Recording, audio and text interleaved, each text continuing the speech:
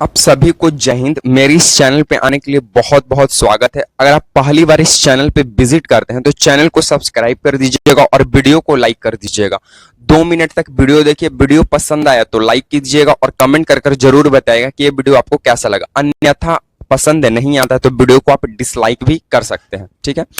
आपको बता दें कि ये इस चैनल से जीके जीएस का सवाल दिया जाता है जो सभी परीक्षाओं के लिए उपयोगी है। वो खासकर आपके लिए बीपीएससी हो सकता है, बीपीएससी शिक्षक भर्ती, बिहार पुलिस, बिहार दरोगा, Bihar SSC, railway exam, banking exam या फिर वे डिफेंस एग्जाम या फिर वे तमाम परीक्षाएं जिसमें जीके जीएस का सवाल बनता है, उन सभी परीक्षाओं के लिए वीडियो महत्वपूर्ण है, ठीक है। तो चलिए, आपकी समय की बर्बादी हम नहीं करेंगे, सीधी बात नो बकवास पे हम इस वीडियो में चर्चा करते हैं। आपको लगातार पता ही होगा। और थोड़ा सा जब तक का वीडियो का लेंथ है तब तक आपको यहाँ पे टिकाए रहने के लिए एक मोटिवेशनल कोट से हम शुरुआत करते हैं। मोटिवेशनल कोट क्या कहता है? ये स्वामी विवेकानंद के द्वारा एक मोटिवेशनल कोट हुआ है कि एक समय में एक काम करो। क्या कि एक समय में एक ही काम करो और ऐसा करते समय अपनी पूरी आत्मा उसमें डाल दो और बाकी सब कुछ क्या करो, भूल जाओ। अगर सर आप पढ़ रहे हैं तो सिर्फ पढ़ाई पे ही फोकस कीजिए, अन्यथा ज्यादा दिमाग इधर उधर नहीं भड़काइए कि आज हमको दोस्त 10 बजे बुलाया है, पार्क में उससे जाके मिलना है, 11 बजे उसको कॉल करना है, 2 बजे वहां जाना। इस तरह के अगर आप चक्कर में रहिएगा तो कंपटीशन के आपको फील्ड में जो अभी 3 साल 2 साल हो रहा है, कहीं ना आपको 7 साल 5 साल बन जाएगा, आपको पते न चलेगा और समझ में आया कि आपके पास कुछ नहीं हाथ में है, न ज्वाइनिंग लेटर है, न 1 रुपया हाथ में है, ठीक है। तो एक समय में एक ही काम करो और ऐसा करो कि उस समय जो काम कर रहे हो उसमें पूरी आत्मा डाल दो, पूरा जी जान लगा दो कि वो काम आपके ही लिए बन जाए, ठीक है। तो चलिए, ज्यादा हम मोटिवेशनल कोट देते नहीं है क्योंकि ऐसे ये ग्लूकोज की तरह है, तुरंत एनर्जी देने वाला और तुरंत एनर्जी को निकाल देने वाला, ठीक है। तो चलिए, आपकी समय की बर्बादी ना करते हुए हम सबसे पहला सवाल से आपको शुरुआत करते हैं। सबसे पहला सवाल क्या कहता है कि आइनू कहां की जनजाति है? इसका आंसर आप लोग अगर जानते हैं तो कमेंट बॉक्स में कमेंट देने का प्रयास कीजिए, तभी आपको रिवीजन भी हो जाएगा और ना मालूम है तो सीखने को भी आपको मिल जाएगा कि आइनू कहां की जनजाति है। तो आपको बता दें कि जो आइनू जनजाति है ये जापान की जनजाति है। कहां की जनजाति है? जापान की जनजाति है। अब देखिए, आइनू जनजाति तो जापान की है, लेकिन आपसे दूसरा जनजाति पूछ देगा, नुबा जनजाति। और ये जितने भी हैं सभी एसएससी में खासकर पूछा हुआ है, ठीक है। खासकर एमटीएस में तो और ये सब पूछता है। तो जो नुबा जनजाति है ये स्वीडन का है। कहाँ का है? नुबा जनजाति स्वीडन का है, ठीक है। नुबा जनजाति स्वीडन का। एक पूछता है पिग्मी जनजाति। पिग्मी जनजाति, पिग्मी जनजाति कहाँ की है? तो पिग्मी जनजाति दक्षिण अफ्रीका का है या फिर कांगो बेसिन की रहने वाली है। और पिग्मी जनजाति के घर को क्या कहते हैं? तो पिग्मी जनजाति के घर को मोंगुलस कहा जाता है। क्या कहा जाता है? मोंगुलस कहा जाता है। इस बात को भी आप याद रखिएगा, सीजीएल का ये प्रीवियस ईयर का प्रश्न था कि पिग्मी जनजाति के घर को क्या कहते हैं? तो पिग्मी जनजाति के घर को मोंगुलस कहा जाता है। और पिग्मी जनजाति जो है ये दक्षिण अफ्रीका की जनजाति मानी जाती है। और जो नुबा जनजाति है स्वीडन में निवास करती है और आइनू जनजाति जापान में निवास करने वाली जनजाति है। अगर आप यहां तक जानते हैं तो इसको नोट कर लीजिए, अन्यथा नहीं जानते हैं, मतलब कि जानते हैं तो रिवीजन कर लीजिए, नहीं जानते हैं तो इसको नोट कर लीजिएगा। बाकी हम इसको इरेज करते हैं और जापान इसका मेन मुख्य हो गया।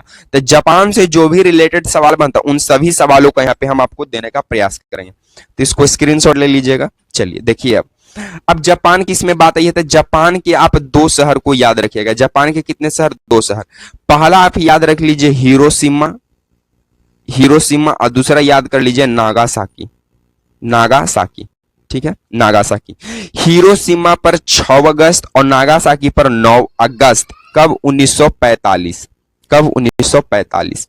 अमेरिका के द्वारा इस पे क्या गिराया गया? परमाणु बम गिराया गया। इस बात को याद रखिएगा कि जापान की 2 प्रमुख शहर हिरोशिमा, नागासाकी। हिरोशिमा पर 6 अगस्त 1945 को अमेरिका के द्वारा परमाणु बम गिराया गया और नागासाकी पर 9 अगस्त 1945 को परमाणु बम गिराया गया। अब ये दोनों डेट को आप याद कर सकते हैं कैसे? कि दोनों अगस्त में है और दोनों का डेट है 1945। 6 और 9 में कंफ्यूजन होगा तो आप याद ऐसे रख सकते हैं कि जो नागा में है ना 9 आ रहा है, नागा 9, नागा में कितना आ रहा है 9, तो नागा 9, नागा में 9 आ रहा है, तो ये नागासाकी पर 9 अगस्त 1945 को गिराया गया और हिरोशिमा पर 6 अगस्त 1945 को गिराया गया। इस बात को आप याद रख लीजिए। अब जापान की मुद्रा पूछ देगा, तो जापान का मुद्रा का क्या नाम है, तो जापान का मुद्रा का नाम है येन।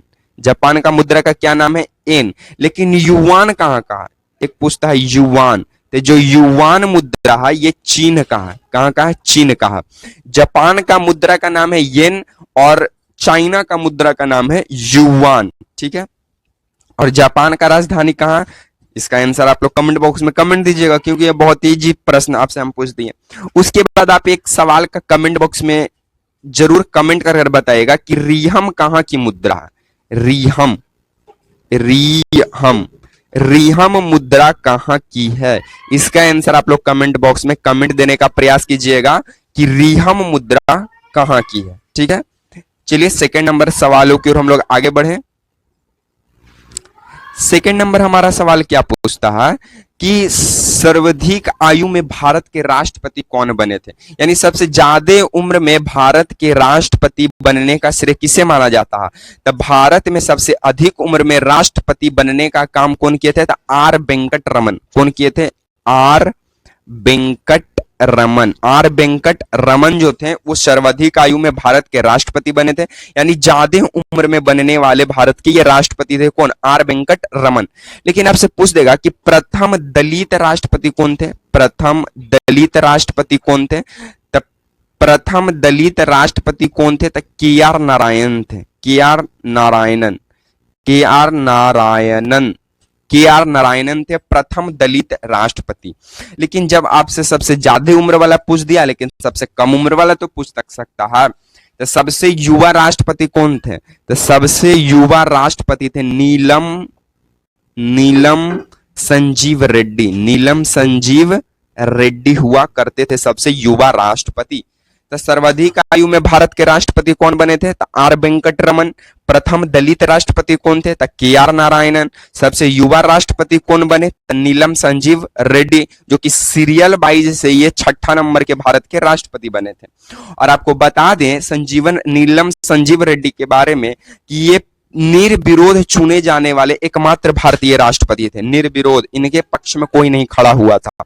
और यह अपने पद से इस्तीफा देने वाले लोकसभा के पहले अध्यक्ष थे, यानी लोकसभा के अध्यक्ष के पद पर होते हुए भी ये क्या कर दिए, इस्तीफा दे दिए उस पद से। तो यह अपने पद से इस्तीफा देने वाले लोकसभा के पहले अध्यक्ष कौन थे, नीलम संजीव रेड्डी। इस बात को आप इतना, यहां से इतना ही सवाल बनता आपके एग्जाम के पॉइंट ऑफ व्यू से, तो इस बात को यहां से याद कर लीजिएगा। एक प्रश्न का कमेंट बॉक्स में कमेंट कीजिएगा जवाब कि राष्ट्रपति के पास समाधान की शक्ति किस अनुच्छेद में जिक्र किया गया है, कि राष्ट्रपति जो है वो क्षमादान कर सकता है, वो किस अनुच्छेद में जिक्र किया गया, उस अनुच्छेद का जरा कमेंट बॉक्स में कमेंट कीजिएगा। चलिए तीसरा नंबर सवालों की ओर हम लोग थोड़ा पुशअप होते हैं। तीसरा नंबर हमारा सवाल क्या कहता है कि मंदिर बनाने की बेसर शैली, मंदिर बनाने की बेसर शैली किस संबंध में है। तो आपको बता दें कि देखिए मंदिर मुख्य रूप से 3 शैली में होती है, बेसर शैली, नागर शैली और द्रविड़ शैली, ठीक है। अब आपको तीनों के बारे में थोड़ा थोड़ा बता देते हैं, क्योंकि यहां से सवाल बनता है। अगर हम लोग कर्नाटक की बात करें तो कर्नाटक के चालुक्य मंदिर, चालुक्य मंदिर, कर्नाटक के चालुक्य मंदिर और वृंदावन का वैष्णव मंदिर, वैष्णव मंदिर, ये कहाँ का है, ये वृंदावन का है। वृंदावन में राधे राधे, ठीक है। तो मंदिर बनाने की 3 शैली होती है, वेशर शैली, नागर शैली और द्रविड़ शैली। जो कर्नाटक की चालुक्य मंदिर है और वृंदावन की जो वैष्णव मंदिर है, ये वेशर शैली में ही निर्माण इसका किया गया है। तब पहला सवाल यहां से ये याद रखिएगा, कर्नाटक का चालुक्य मंदिर और वृंदावन का वैष्णव मंदिर ये किस शैली में है, तो ये वेशर शैली में, ठीक है। इसको नोट कीजिएगा, इसको हम इरेज करते हैं, ठीक है। अब देख लीजिए, बेसर शैली की बात हो गई है, तो अब द्रविड़ शैली से पूछ देगा। तो तमिलनाडु में जो भी मंदिर आते हैं वो सभी मंदिर, अधिकांश मंदिर किस शैली में है, तो वो सभी द्रविड़ शैली में है। अब तमिलनाडु की अगर बात करें तो महाबलीपुरम की बात कर दे, चाहे नटराज मंदिर की, चाहे मीनाक्षी मंदिर की, चाहे बृहदेश्वरी मंदिर की, ये सभी मंदिरें तमिलनाडु के किस शैली में है निर्माण हुए हैं? ये सभी निर्मित है द्रविड़ शैली में। तो इस बात को आप यहां से याद कर लीजिए कि बेसर शैली में कर्नाटक का चालुक्य मंदिर और वृंदावन का वैष्णव मंदिर है, और तमिलनाडु का अधिकांश मंदिर द्रविड़ शैली में शामिल है। इसको आप नोट कीजिए, इसको इरेज कर देते हैं। अब नागर शैली के देख लीजिए। नागर शैली में आता है मध्य प्रदेश की खजुराहो का मंदिर, खजुराहो का मंदिर हो गया, और महाबोधि मंदिर हो गया, महाबोधि मंदिर हो गया जो कि बोधगया के अंदर है, और अयोध्या के अंदर राम मंदिर हो गया। ये तीनों मंदिरें किस शैली में है? खासकर नागर शैली में। ठीक है, तर अयोध्या का राम मंदिर जो अभी नवनिर्मित अभी हाल ही में हुआ, ये किस शैली में है? तो हमारे भगवान जो राम मंदिर है ये नागर शैली में है। महाबोधि गौतम बुद्ध की जो बोधगया के अंदर है ये भी नागर शैली में है। मध्य प्रदेश के अंदर जो खजुराहो का मंदिर है ये भी किस शैली में है? नागर शैली में है। तो यहां से मंदिर से और उस शैली किससे संबंध रखते हैं, यहां से ये सवाल आप एग्जाम के पॉइंट ऑफ व्यू से इतना महत्वपूर्ण है। खासकर एसएससी एमटीएस यहां से सवाल पूछता है, इस बात को नजरअंदाज नहीं कीजिएगा। ठीक है, चलिए चौथा नंबर सवालों की ओर हम लोग आगे बढ़ते हैं। चौथा नंबर हमारा सवाल क्या कहता है देख लीजिए। चौथा नंबर सवाल क्या कहता है कि तारंग मेल लोक नृत्य किस राज्य से संबंधित है? तो तारंग मेल लोक नृत्य की बात करें तो ये गोवा से संबंध रखते हैं। गोवा का ये प्रमुख एक लोक नृत्य है तारंग मेल, लेकिन गोवा का अन्य भी प्रमुख लोक नृत्य हैं। जैसे अगर गोवा की बात करें तो फुगड़ी है, फुगड़ी है, सिगमो है, फुगड़ी सिगमो, गोम्फ हो गया, गोम्फ हो गया। तो गोवा की ये प्रमुख ये अच्छी हैं। तारंग मेल गोवा का ही है, फुगड़ी गोवा का ही है, सिगमो गोवा का ही है, और गोम्फ भी गोवा का है। भारत का सबसे छोटा राज्य माना जाता है किसे? गोवा को। सबसे छोटा राज्य है अपना गोवा, इस बात को भी आप याद रखिएगा। ठीक है, अन्य क्या क्या पूछ सकते हैं तो इसको आप नोट कीजिए, इसको हम इरेज कर देते हैं। चलिए, अन्य यहां से कुछ पूछ सकता है, जैसे में उड़ीसा का प्रमुख नृत्य के बारे में आप जिक्र कीजिए। तो उड़ीसा का आपका आ जाएगा, उड़ीसा का आपको आ जाएगा डंडा जात्रा, डंडा जात्रा, डंडा जात्रा हो गया। अगर हम लोग उत्तर प्रदेश की बात करें तो उत्तर प्रदेश का दादरा हो गया, दादरा हो गया। अगर हम लोग मध्य प्रदेश की बात करें तो मध्य प्रदेश का कौन हो जाएगा? जवारा हो जाएगा, जवारा, जवारा हो जाएगा। और गौर मछिया, गौर मारिया पूछेगा तो गौर मारिया आपका हो जाएगा गौर मारिया। तो गौर मारिया हो जाएगा छत्तीसगढ़ का। और बिरहा, विरहा तो आप लोग खास कर जानते हैं कि बिरहा गवाता है बिहार में, और कुम्फी गवाता है तमिलनाडु केरल में, यानी तमिलनाडु केरल में।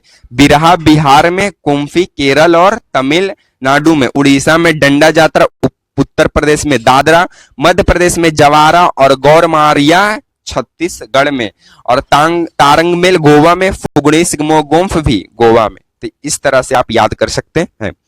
चलिए पांचवा नंबर सवालों की ओर हम लोग आगे बढ़ते हैं। पांचवा नंबर अगर हम लोग सवाल की बात करें तो पांचवा नंबर हमारा सवाल बनता है कि किस प्रसिद्ध शासक ने भोपाल की स्थापना की? इंपॉर्टेंट सवाल जो एसएससी एमटीएस पिछले साल पूछा था कि भोपाल राज्य का जनक किसे माना जाता है? तो भोपाल राज्य का जनक मिहिर भोज को माना जाता है, मिहिर भोज को माना जाता है। भोपाल राज्य का जनक किसे माना जाता है? मिहिर भोज को माना जाता है। और मिहिर भोज जो थे ये प्रतिहार वंश से थे, प्रतिहार वंश थे, प्रतिहार वंश से संबंध रखते हैं कौन? मिहिर भोज, जो कि भोपाल की स्थापना की है। अगर हम यहां से और बात करें तो मध्य प्रदेश का लोक नृत्य पूछेगा। ठीक है, मध्य प्रदेश का लोक नृत्य में आता है काटी, काटी, गणगौर, गणगौर, फाफरिया, फाफरिया। उसके बाद आपसे पूछ देगा मदालिया, मदालिया, मदालिया। डंडा नृत्य आपसे पूछ देगा, डंडा नृत्य। तो इतना आप याद रखिए। कि किस प्रसिद्ध शासक ने भोपाल की स्थापना की? तब मिहिर भोज। मिहिर भोज किस वंश से थे? तब प्रतिहार वंश थे से। मध्य प्रदेश की लोक नृत्य की बात करें तो काटी हो जाएगा, गणगौर हो जाएगा, फारिया हो जाएगा, मदालिया हो जाएगा, डंडा नृत्य हो जाएगा, मालवा नृत्य हो जाएगा। ये सभी कहाँ की है? मध्य प्रदेश की। अगर हम लोग प्रमुख उत्सव की बात करें तो खजुराहो हो जाएगा, मालवा उत्सव होगा, लोकांग समारोह होगा। ये सभी कहाँ की? ये सभी मध्य प्रदेश का प्रमुख उत्सव माना जाता। और ये जो यहाँ पे नोट करवाएं, यहाँ पे जो नोट करवाएं, ये लोक नृत्य था वहां की। ठीक है।